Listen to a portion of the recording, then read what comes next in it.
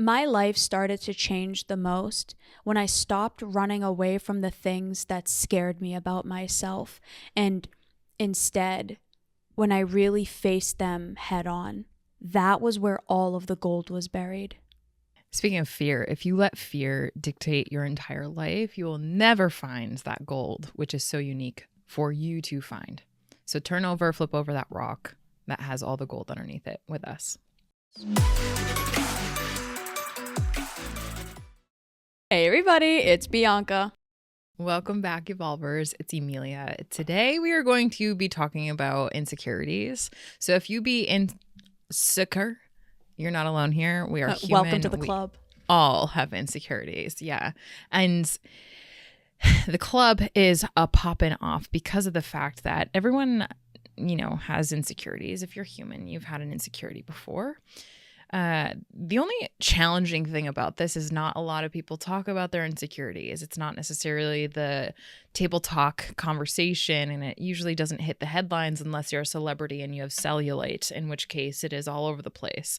Which flash flood of awareness. We all have that, right? So here's what I think is fascinating about growth. That was good.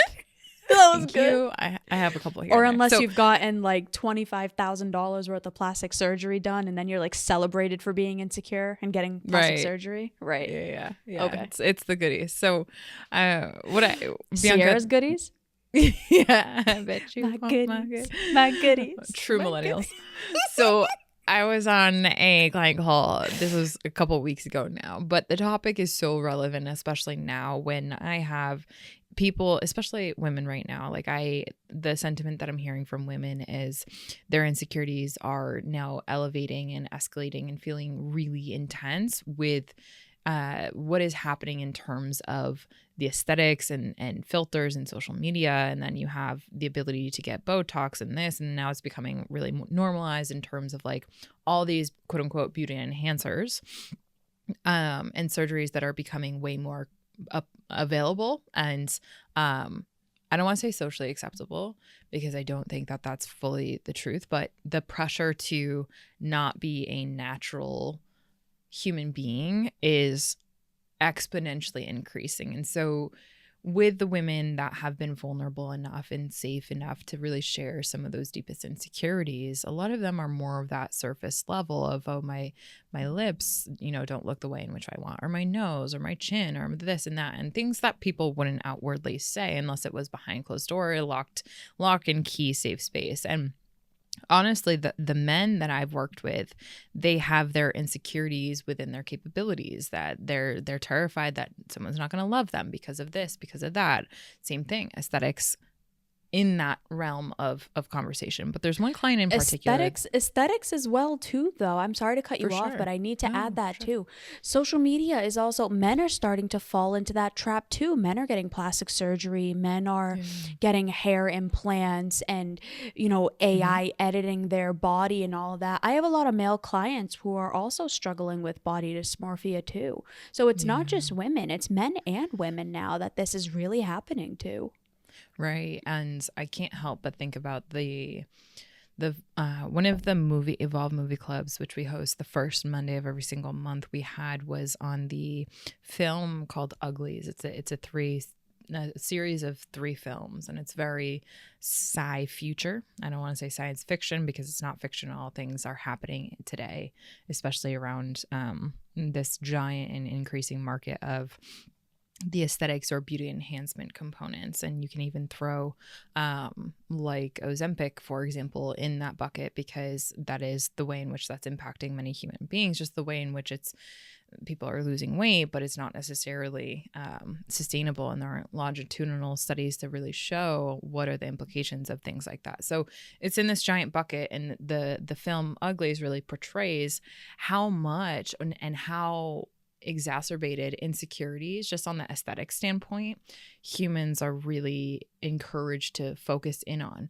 And that whole film kind of plays out the thought process around being a free thinker and being able to hold the key of your deepest insecurities and turn the lock, for lack of better words, into the zones of where you're most insecure, and look at it dead in the face and say, you know what, I'm not going to let this fear or this insecurity be the frontier of my decision making. Instead, I'm going to contemplate, why does this insecurity exist? And I have this one client in mind who we did a deep dive on their insecurities. Specifically, it started surface level about their weight and about the way in which their body shows up in a mirror and how they feel about that, and then their image, the way that impacts the way in which they see themselves as attractive or lovable or worthy of a partner or not. And so it gets down into this deep core wound of worthiness. And I remember sharing with her, she had said, you know, I this is just so freaking scary to go down this rabbit hole of insecurities, because I feel like that there's never a never ending point.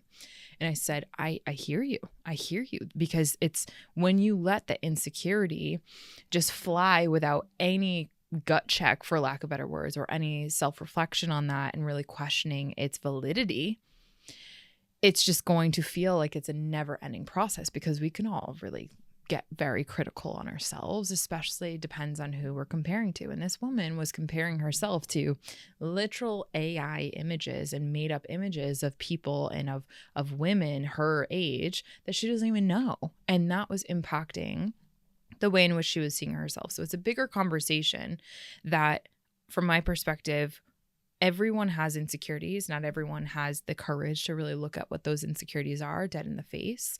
And I think the sentiment underneath all of this that I want to talk about and have a dialogue and invite our listeners into, because we as evolvers do these things. We look at the hard things. We don't run away from the hard. We embrace the challenge. We embrace where it's uncomfortable, and we walk into that uncomfort together, right? And it's where our insecurities lie. Right underneath that is our biggest growth zone. And so for this client, it was her and her worthiness, right? If she does not look like a specific way, then does that still allow her to feel a sense of worthiness in this world, a sense of lovability in this world, a sense of enoughness? And so that was her trek, and that was her journey. And on the other end of that dialogue, obviously I'll keep the details very private, but what I thought was fascinating, Bianca, which I think is a great opener for us, is what happens when you don't have someone being willing to hold that safe space for you, to hear what those insecurities are, where they come from,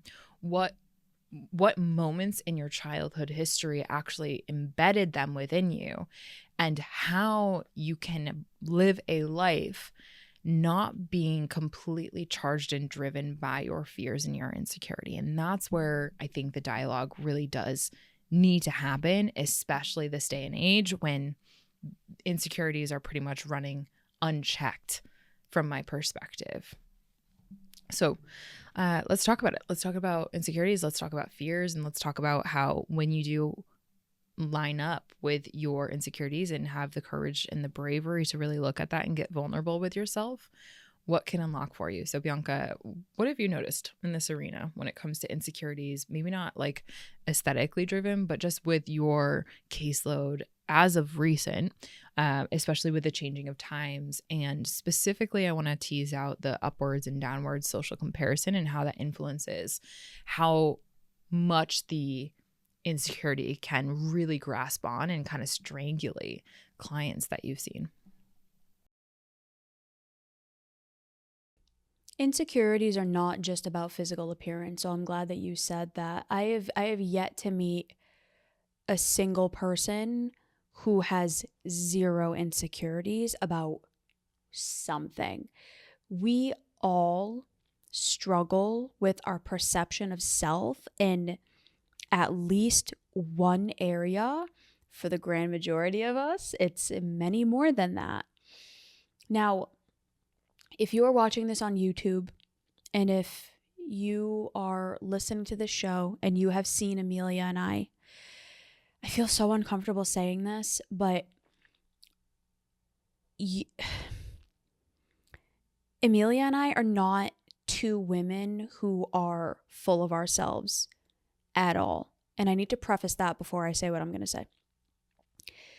We are not full of ourselves at all. However, we are on the higher statistical end of attraction and capabilities for women our age. And that's really uncomfortable for me to say because, number one, I have been somebody who has been deeply insecure in every arena the majority of my life. So to kind of say that is challenging for me. It's an insecurity of mine to own that and then to say it.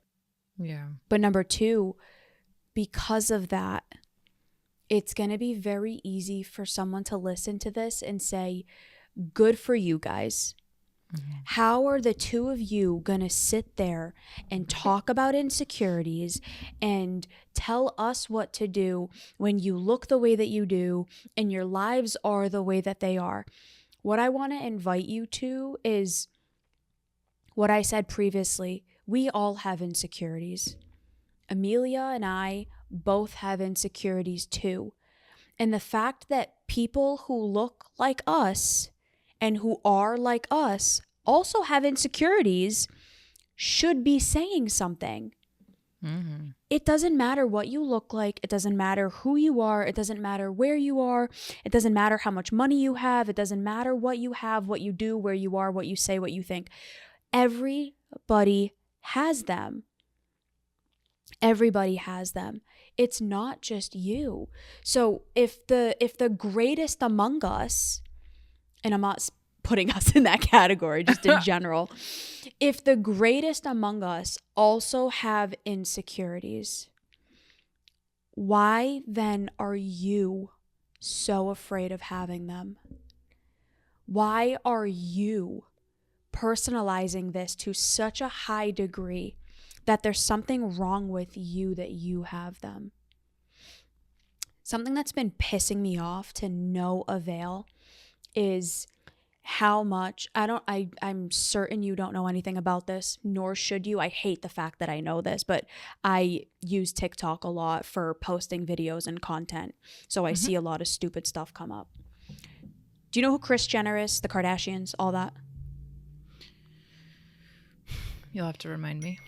The Kardashians are this very well-known family. Their father represented O.J. Simpson in that whole case. They got super famous. Then the entire family got very famous. He died.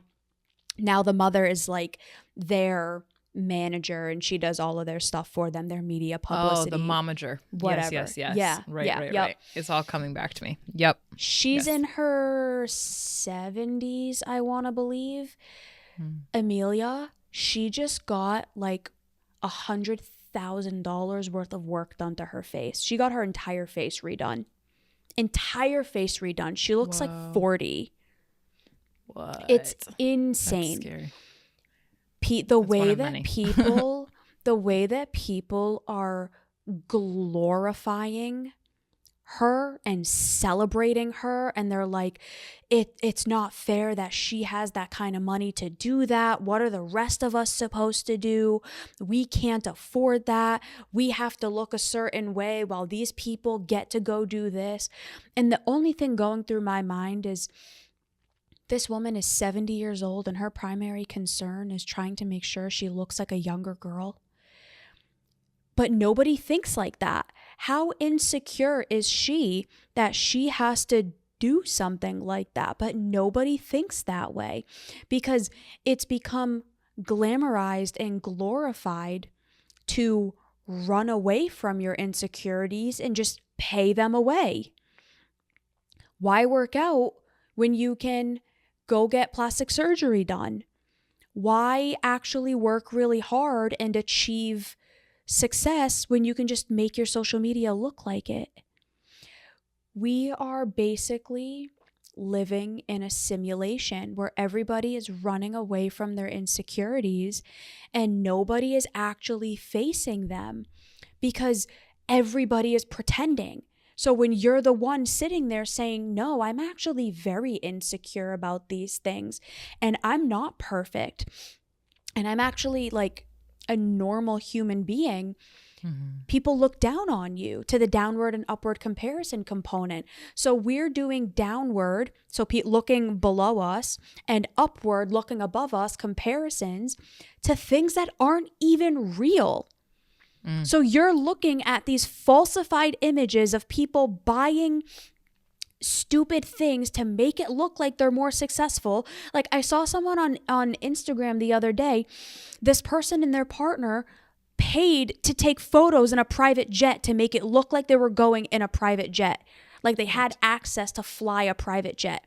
People can literally pay money to go to Harvard. You can book a room and make it look like you're giving a speech at Harvard. And they'll put the Harvard logo on it. So how the hell are you not supposed to feel terrible about yourself and why would you face your deepest insecurities when nobody's talking about it? Everybody's pretending. It's being glamorized and glorified to fake your way into whatever, and then you're going to be ultra celebrated for it. Why would you then be vulnerable and say, honestly, this is me, and here I am, and this is my reality, this is my truth? It takes an insane amount of emotional intelligence, an insane amount of willpower, and being surrounded by I'm going to say this and I'm going to hurt some people saying this, but actually intelligent people to not get sucked into that trap. And my sincerest hope, and I would have fallen into that trap too if I hadn't met Emilia. So I don't say this from some high horse. I say this as somebody who was so deeply in that world before I met Emilia that I was counting down the days to when I can go get my nose done, because I hated my nose. I was counting down the days to where I was old enough to go on my own accord and get a nose job. So I say this as somebody who was there too, and who battles my own insecurities every day. And because of that, I can help others do the same, and I do every single day. We all have insecurities. You cannot run away from them because they will chase you your entire life. And you'll spend more money, more time, more energy, more resources. You'll waste your entire life away trying to run from these insecurities, and you'll never get to actually live life. And then you'll be on your deathbed being like, I wasted my life. This one precious chance that I had. There's so many things here. And I appreciate you sharing that, because of the many women that I work with in the culture that you come from, they have said very similar things. It's so For anyone listening that didn't see Bianca's eye roll, the eye roll was full blown all the way back in her head. So why I say that is because, and I'm trying to remember what psychologist this was, which essentially his work was profound in the fact that he said, I wish I had it at the tip of my tongue, that all of our life, what we do are external constructions of us as human beings trying to outrun the reality of our own mortality. So the structures that we build, to the way in which we navigate our behavior systems, it's us not willing to face the fact that at one point or another, we will all die. And I thought it was really interesting to hear what you were saying from the frame of remembering that. Because when you look at what all humans do, it's kind of in dejection of their own acceptance of how time impacts our species. And what you just said, I can only imagine what's underneath that rock of insecurity as someone who is a celebrity and whose literal conversations and bottom line and livelihood is literally tied to their appearance and whether or not they're breaking the internet or getting specific likes that have to do with surgeries and reconstruction and looking younger and hacking, right? What happens when you fast forward, we live in an age where your insecurity is not, you don't feel like you're alone in that. And then there's this quote unquote level of social brainwashing that allows that to be more of a concern than it is, or your swapping out your face and social reconstruction and whatnot allows the concern to be displaced there instead of actually like the ecological devastation that your kids will eventually face because the way in which you're investing money is actually going towards not actually, you know, the investment of a future, but rather one person in their facial reconstruction. But neither here nor there.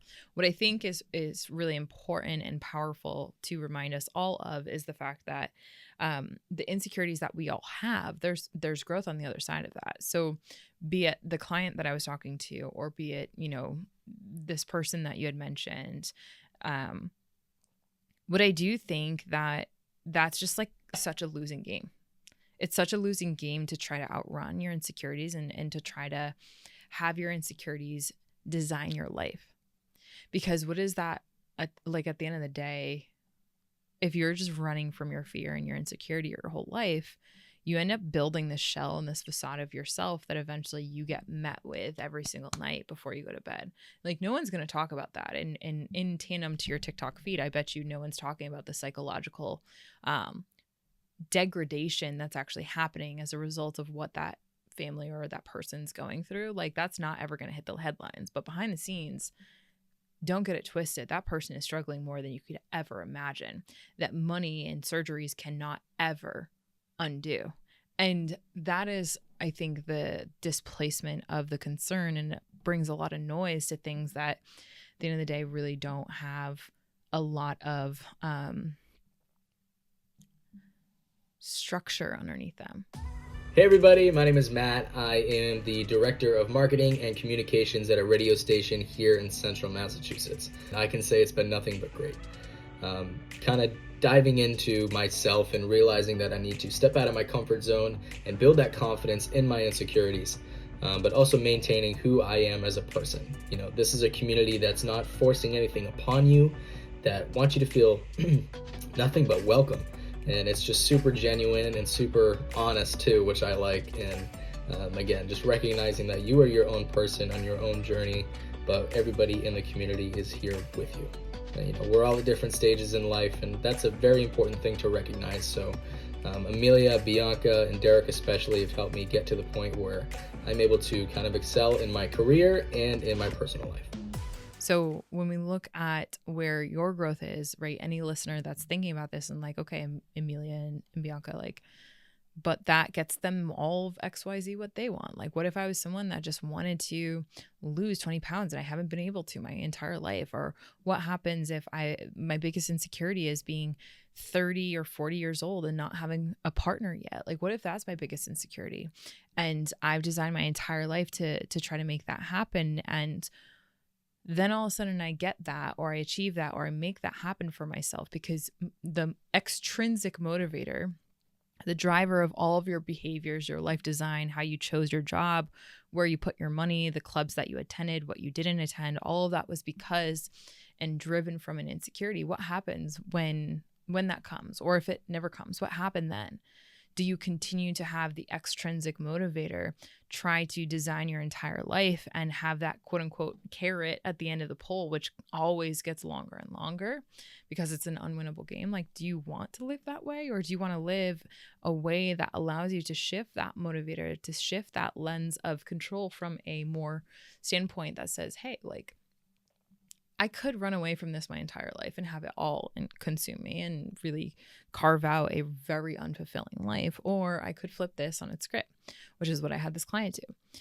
And I could actually go inwardly and reflect, what is the thing that I'm running away from? What is my deepest fear? What is my deepest insecurity underneath this surface level insecurity? Oh, it's okay. You don't actually think your quirks could be loved by someone. Oh, okay. You don't actually think that a partner could be true to you. Oh, okay. Where's that from? Oh, okay. Because your parents got divorced. Oh, you never saw it happening. Oh, so this goes way deeper into the core beliefs that you have that have been instilled with you based on your experiences. So you've designed this entire world, who you are, that surface version that interacts with the world in that simulation of life, running away from things and having fear be present. What if we were to reimagine and rewire the way in which your brain works and actually allows you to actually grow? What then? What could be possible for you there? Now, a lot of people would be like, well, that's a lot of work. F that. Why do that when there are shortcuts? And that's a fair question. Like, I understand and it's honestly going to our shortcuts are going to get better and better, more tempting and tempting. And I think that temptation will be removed from the equation. I think it will just become normal, and it will be normalized to just take the path that allows you to offload your consciousness, to not have control of who you are and who you get to be. And I know so many more people are going to start to fall into that trap than the actual meaning of life, which is to design your own life, one of fulfillment, one of growth, one of being not totally free of fear and insecurities, but the person who allows oneself to recognize their fears and develops courage and resilience and develops an acceptance and a level of compassion that allows you to embrace what is rather than to try to change for other social acceptance and validation. So I think this is a whole conversation, but I do think that your greatest trek of growth and evolution of your own consciousness, of your own species, of your own epigenetic history is where your deepest insecurity lies, like bar none. What are the consequences of taking the shortcuts? Why shouldn't you? I think we should actually answer that. I really do. Why shouldn't you take the shortcuts if they're available to you? Because when you take those shortcuts, you never actually develop the skills to work through that fear and those pains and those insecurities, and you cannot evolve them into something different and better. And those insecurities will end up chasing you your entire life. And if it's not that one thing, it will be something else. The point of growth is not for the outcome, it's for what you gain in the meantime. So if you don't learn the skill, let's say someone's been struggling with their weight their entire life. They take a shortcut. They're not prescribed Ozempic by a doctor because they have a medical condition or something. It just ends up being easily accessible and you can go buy it. Right? What's so bad about that? It's a quick fix, which means you don't develop the skill of proving to yourself that you are capable of making meaningful and sustainable change. You are proving to yourself that you are not good enough, that your worth is solely based on how you look. And what happens once you achieve that look that you want? Your brain didn't change. So now it can't pin it on this, so it's going to look for something else. And then what do? Find a shortcut for that? And then once you resolve that, you just find a shortcut for the next thing. This is going to end up being a cycle that you live with the rest of your life. You are going to be chasing this narrative of when I have this, then I will be enough. Mm-hmm. And the damage that does to our brains is unfathomable. It is incalculable. We are destroying ourselves from the inside out, running away from our insecurities and not doing the hard work of navigating them. You will never actually be confident and empowered and feel capable if you take shortcuts. And the people who don't take shortcuts are going to surpass everybody who did. You know, I'm thinking about the person who's like, life maybe isn't about getting better. Life is about enjoying the now, because we've come across many of those people. And I'm thinking about those individuals who are like, let's say, our parents' age, right? Like they're in their 50s and they're in their 60s, and their entire life they've never had the technological or medicinal advancements, quote unquote, that something like just the Ozempic, and we're not going to crap on this specifically. It's about the concept of the shortcut, who they never got taught the skills, and they never took it upon themselves. Let's also be real and hold this level of accountability to learn how important it is to develop the skill sets of discipline and of completing a task when it comes to strength training, let's just say, and therefore development of muscle and understanding how mineral density within your bones, how that leads to longevity. And so they've never actually developed these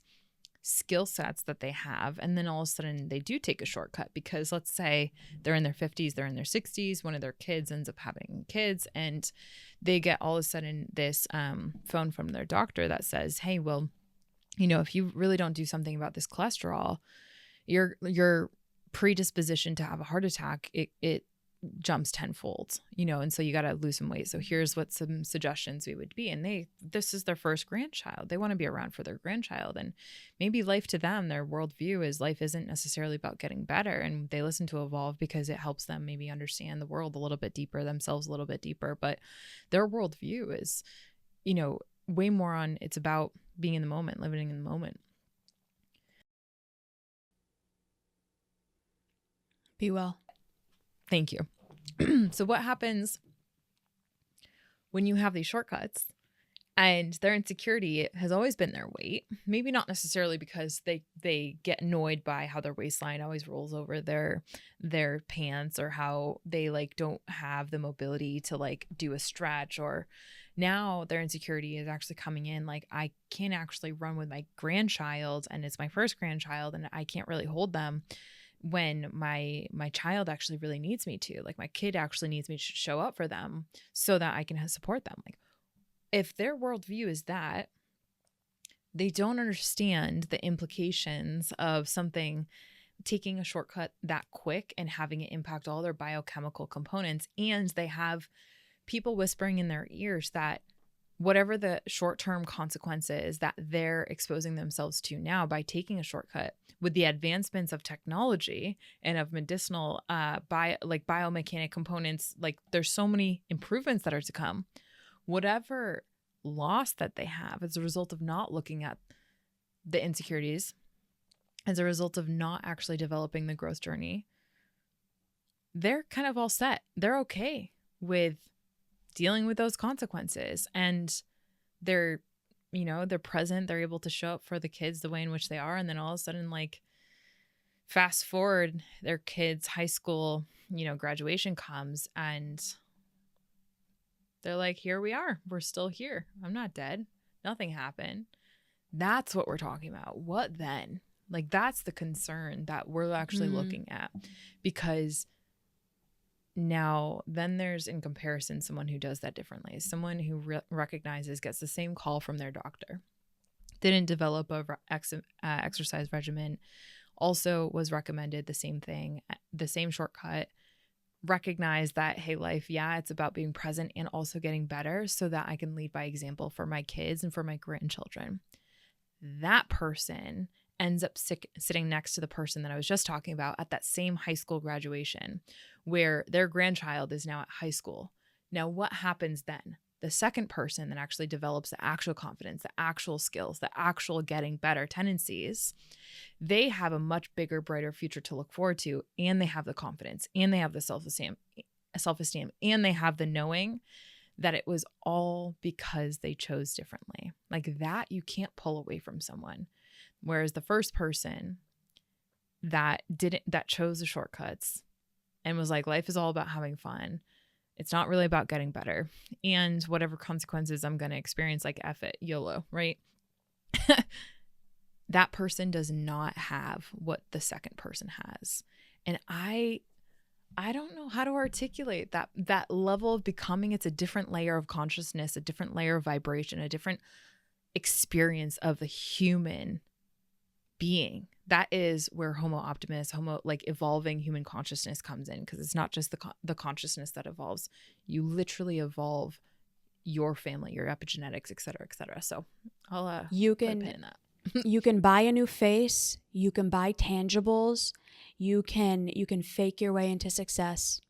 You cannot pay your way into a strong, powerful, healthy brain. And that's really what we're talking about here. The people who don't take shortcuts, to take this away from the doom and gloom, because I know we've been really heavy on this episode. Why you need to face your insecurities is because of the person that it turns you into. You cannot buy that. You can buy fake confidence. You can't buy real confidence. You can't cheat your way into it. You can't shortcut your way into that deep self-assuredness that I've got me. I trust me. I know if something happens, I know if something comes my way, I can handle it. I've got me. I trust me. People can rely on me. You can't fake that. There's a lot of things you can fake. You can't fake that. And I said this in the opener, and I'm going to say this again as my close. I was one of the most, and Emilia is a testament to this. Emilia can testify to this. I was one of the most insecure people you ever met. Hands down, one of the most insecure people you ever met. I could not find my way out of a paper bag with holes in it and an instruction manual. I'm not kidding. I'm not kidding. I was a wreck of a human being. Keyword was.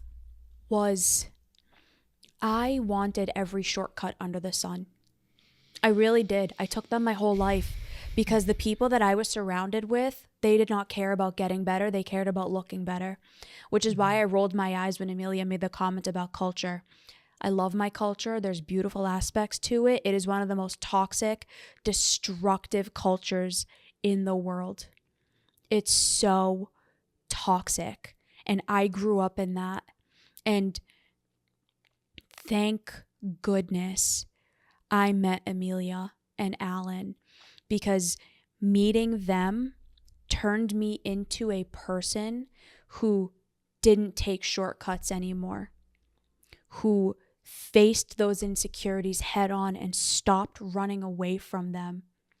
I am now the greatest version of myself I've ever been, and I'm not even close to where I'm going to be. That is possible for everybody here in their own way, in their own version, in your own flavor. But it is not going to happen if you do not face your insecurities head on, if you spend your life running away from them. And that's why we are so hard on this show, because we know it's possible for all of you and we know how worth it is. But you have to believe that in order to do anything about it. And we hope that an episode like this kind of lights a fire under your ass, for lack of a better phrase, to help you to see the downsides of taking the shortcuts and to want to do the right thing, which is doing the harder thing, because it's where all of the benefit and the reward comes in. And Emilia, I will never be able to say enough how grateful I am for you, for pulling me out of that world and for helping me become the person that I am today, because I wanted to die back in the day. I did. I wanted to die. And because I took every shortcut and I hated myself. And now I have a magnificent, abundant future ahead of me, because I stopped taking the shortcuts and I looked my insecurities in the eye, and I still do. And I worked through them. Hell yeah. So much respect for you too, because it's like at the end of the day, you can choose to turn a blind eye to the insecurities. And I'm sure there's days where you do and where it's really difficult. And we all do. However, it's over time is that trend line of you staring at that insecurity and really welcoming it in and wanting to get curious and learn about that. because the person that you were where limiting beliefs drove you is totally different than the person who you are and who you're becoming, where empowering beliefs are at the helm of the ship, right? So it's just a totally different human being. And if anyone wants actual proof of that, go back to at the very beginning of this podcast and go and take a look at that. See Bianca's transformation in real time. It's going to be brutal for us to encourage so that bad. because we both evolved so much, but Bianca more than I, because I definitely it's just, you'll see. But it's so bad. With that being said, I think that it's incredibly helpful, right? You cannot buy, a new package of empowering beliefs and just embody it. So embodiment is the goal of the most empowering beliefs you are, or that you can have. So if you do not have someone who encourages you to stare at your insecurities or even get curious about them in your life, that tells me that you are likely drifting around, running away from your insecurities, which will put you in that camp of that person that we were talking about earlier, where the future does not look bright for them. And it might on the surface seem that way, but trust me, deep down, the fulfillment, the lack of fulfillment, purpose, and love and confidence for oneself, it's just not there. So it's like echoing into a giant deep abyss. And we know that ends up spiraling into depression. And we have met plenty of people who we've pulled out of that, thankfully, because they've given us the trust to be able to do that. So with that being said, in closing this episode, 439, how to tell if you're in a situationship that's damaging you. Oftentimes people go towards relationships, and their relationships are just a byproduct of all the unhealed insecurities that they have, and end up kind of marrying into that and situationship dipping and all that stuff. So that's a great entry point into that. If you find yourself struggling. Bianca, for you? 418, healing from the loneliness epidemic. Okay. This episode was hefty. We celebrate you. If you stuck to the end, you are a trooper. You are an evolver. We are so thankful to have you here on this journey with us. And we'll see you next time. Bye, everybody. Bye, everyone.